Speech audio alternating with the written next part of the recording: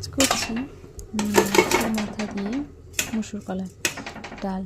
তো চলো দেখা যাক। প্রথমে মুসুর কলাইটা দিলাম, তারপর মুসুর কলাইটা কুকারে দিচ্ছি। কুকারে দেওয়ার পরে এখানে পরিমাণ মতো লবণ দেবো এবার। ঠিক আছে, তো এই যে পরিমাণ মতন দেবে লবণ, তারপর হলুদ, ঠিক আছে, তারপর দিয়ে ঢাকনা দিয়ে একটা সিটি মেরে নেওয়া হলো। ঠিক আছে, তারপর আমি এদিকে চলে আসলাম, কড়াইয়ে তেল দিলাম, মাছটা দিলাম, ভাজার পর মাছটা ভাজা হয়ে গেল। ভাজার পর আমি দিলাম কাঁচা লঙ্কা, পেঁয়াজ, ঠিক আছে,